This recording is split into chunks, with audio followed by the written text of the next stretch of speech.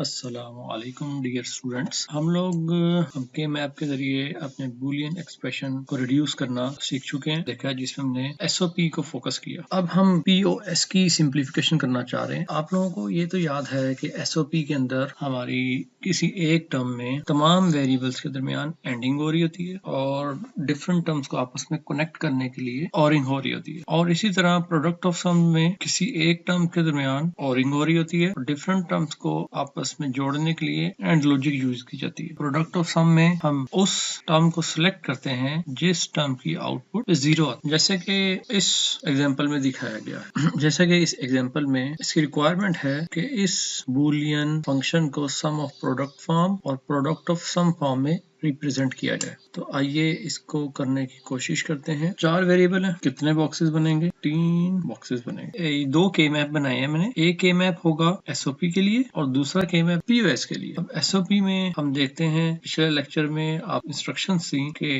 Table में मिन terms की पोजीशन याद कर लें। तो 0 यहाँ प्लेस होगा, 1 यहाँ प्लेस होगा, 2 यहाँ प्लेस होगा, 5 1 0 1 यहाँ प्लेस होगा, 8 1 0 0 यहाँ आएगा, 9 1 0 0 1 यहाँ आएगा और 10 1 0 1 0 यहाँ आएगा। राइट। अब हमें जो उसके ग्रुप्स नजर आ रहे हैं, पॉसिबल ग्रुप्स, तो इसमें एक ग्रुप बनेगा ये 4 वाला और एक ग्रुप बनेगा ये 4 वाला।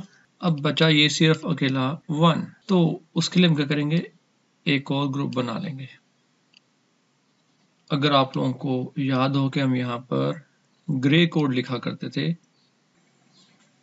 अब ग्रुप नंबर 1 में जो ये ग्रुप है,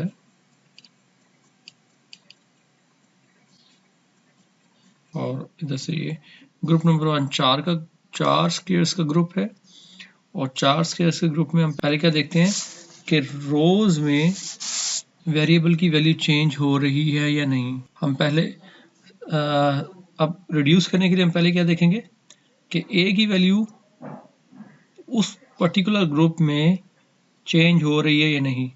अब ए की वैल्यू फर्स्ट रो में 0 है, ए की वैल्यू लास्ट रो में 1 है।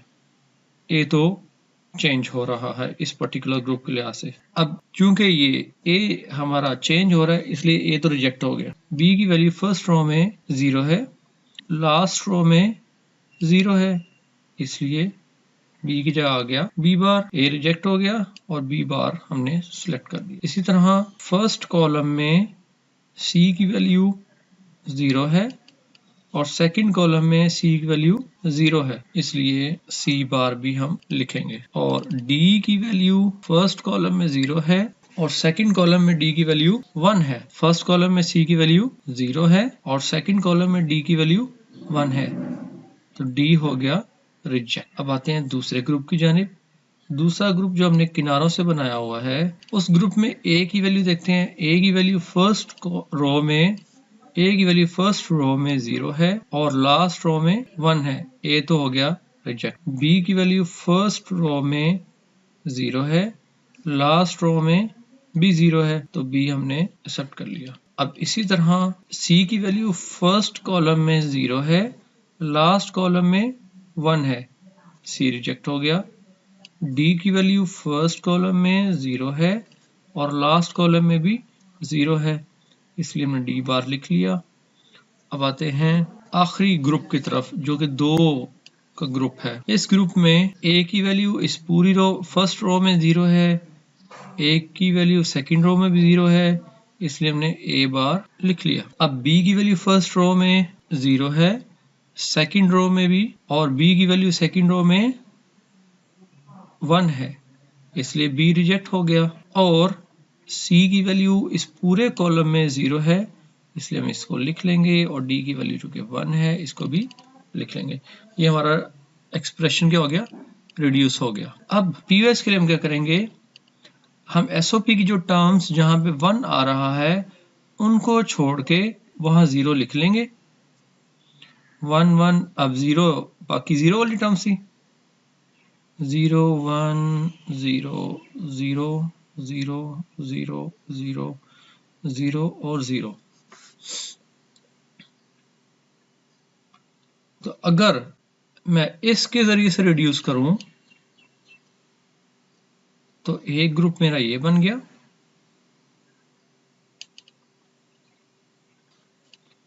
एक ग्रुप मेरा ये बन गया और एक ग्रुप ये बन गया। तो हमारे पास 3 ग्रुप बन गए। तो अगर मैं इसको एसओपी के जरिए से ही सॉल्व करूं तो ये अब फंक्शन नहीं है, ये फंक्शन का कॉम्प्लीमेंट है।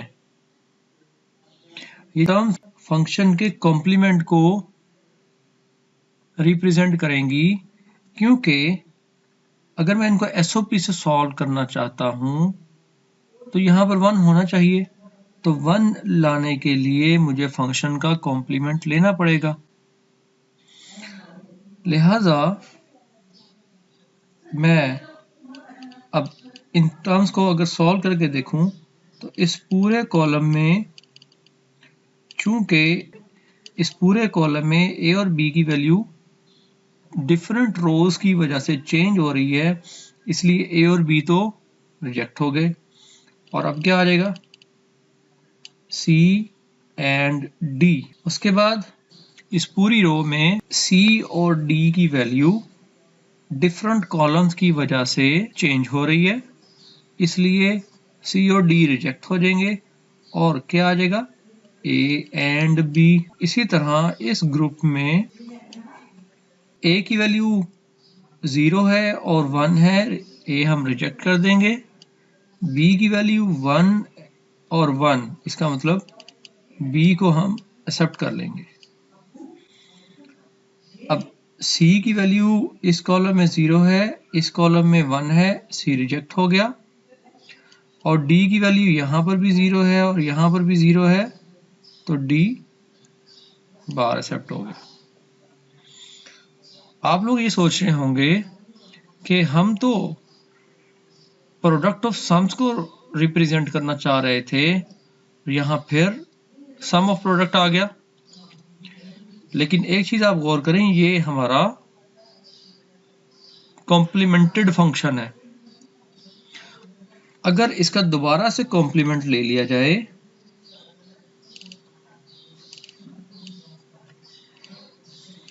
it will like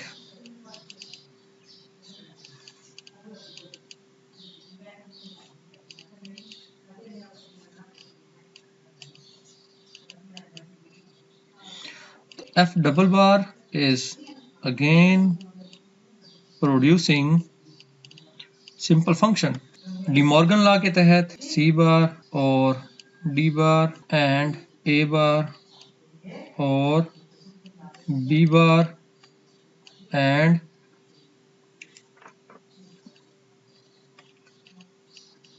B bar और डी।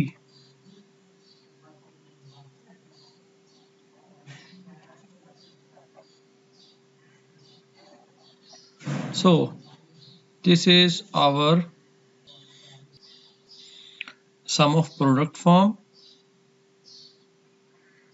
और ये प्रोडक्ट ऑफ सम फॉर्म। अब अगला जो कॉन्सेप्ट है वो है डोंट केयर कंडीशंस का। Now it's time to grasp the concept of don't care condition. Some functions that have unspecified output for some input combinations are called incompletely specified functions. Like हमने binary से BCD produce करना है और BCD के case में हमें 0 से 9 तक की आउटपुट्स चाहिए और 0 से 9 तक आउटपुट को रिप्रेजेंट करने के लिए हमें 4 बिट्स रिक्वायर्ड होती हैं और 4 बिट्स 16 पॉसिबल कॉम्बिनेशन बना सकती हैं और 16 पॉसिबल कॉम्बिनेशन में से 10 पॉसिबल कॉम्बिनेशन हम लोगों ने यूज कर लिए और आखिरी 6 पॉसिबल जो कॉम्बिनेशन है उनको हमने अनस्पेसिफाइड छोड़ दिया। So this function is also called incompletely specified function. It is customary to call unspecified min terms of function don't care condition. अपनी मर्जी से इसको कह सकते हैं कि वहां पर अब 0 आए 1 आए, we don't care. तो ये don't care condition हमें हेल्प आउट करती हैं कि हम अपने फंक्शंस को ज़्यादा बेहतर तरीके से रिड्यूस कर सकें. फॉर एग्जाम्पल, हम एक बूलियन फंक्शन को रिड्यूस करना चाहते हैं जो 4 वेरिएबल का फंक्शन है और उसकी वैलिड आउटपुट टर्म्स 1, 3, 7, 11, 15 है और उसकी डोंट केयर कंडीशन 0, 2 एंड 5 है. अब हम इस फंक्शन को डोंट केयर कंडीशन के बगैर सॉल्व करके देखेंगे और डोंट केयर कंडीशंस को इनकॉर्पोरेट करके भी देखेंगे कि और देखेंगे कि हमारी आउटपुट में क्या फ़र्क आता है. अब डोंट केयर कंडीशंस को यूज़ किए बगैर टर्म नंबर 1 यहाँ आ गई, 3 यहाँ आ गई, 5, 4, 5, 6, 7 यहाँ आ गई, 9, 8, 9, 10, 11 यहाँ आ गई और 15 यहाँ 1, 3, 7, 11, 15. सिंपली एक ग्रुप ये बन गया और एक ग्रुप ये बन गया. अब इसको सॉल्व करते हैं. It will give us output for this group y and z and for this group w bar, x bar and z. अब देखते हैं डोंट केयर कंडीशंस से हमें क्या फ़ायदा होगा. जो हमारी ओरिजिनल टर्म्स हैं वो तो हमने एज इट इज़ लिख ली. अब डोंट केयर कंडीशंस कौन सी हैं? 0, 2 एंड 5. ये तो हमारा 4 वाला ही कॉम्बिनेशन बनेगा और इन डोंट केयर्स की वजह से डोंट केयर्स को हम x से रिप्रेजेंट करते हैं. वो डोंट केयर यहाँ 0 आता है 1 आता है, हमें इसकी परवाह नहीं है, तो वो हमें सिंप्लीफिकेशन में हमारी मदद करेगा. क्या होगा जी? f of w x y z. आप लोगों के जहन में ये सवाल आ रहा होगा कि ये डोंट केयर कंडीशन तो रह गई, तो हम डोंट केयर कंडीशंस की भी केयर नहीं करते. अगर वो आ रही है हमारी हेल्प करने के लिए तो हम उससे अपने फंक्शन को रिड्यूस कर लेंगे, लेकिन अगर कोई डोंट केयर कंडीशन रह गई है तो हमें उसकी परवाह नहीं है.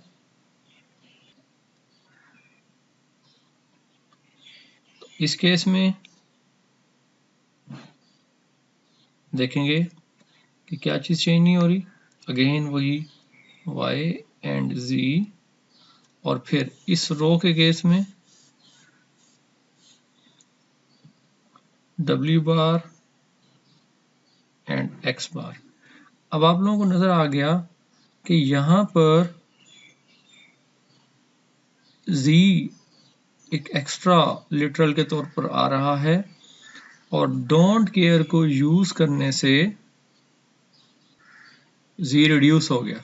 अगर आप चाहें तो डोंट केयर कंडीशंस को यूज करते हुए ये ग्रुप भी तो बना सकते हैं.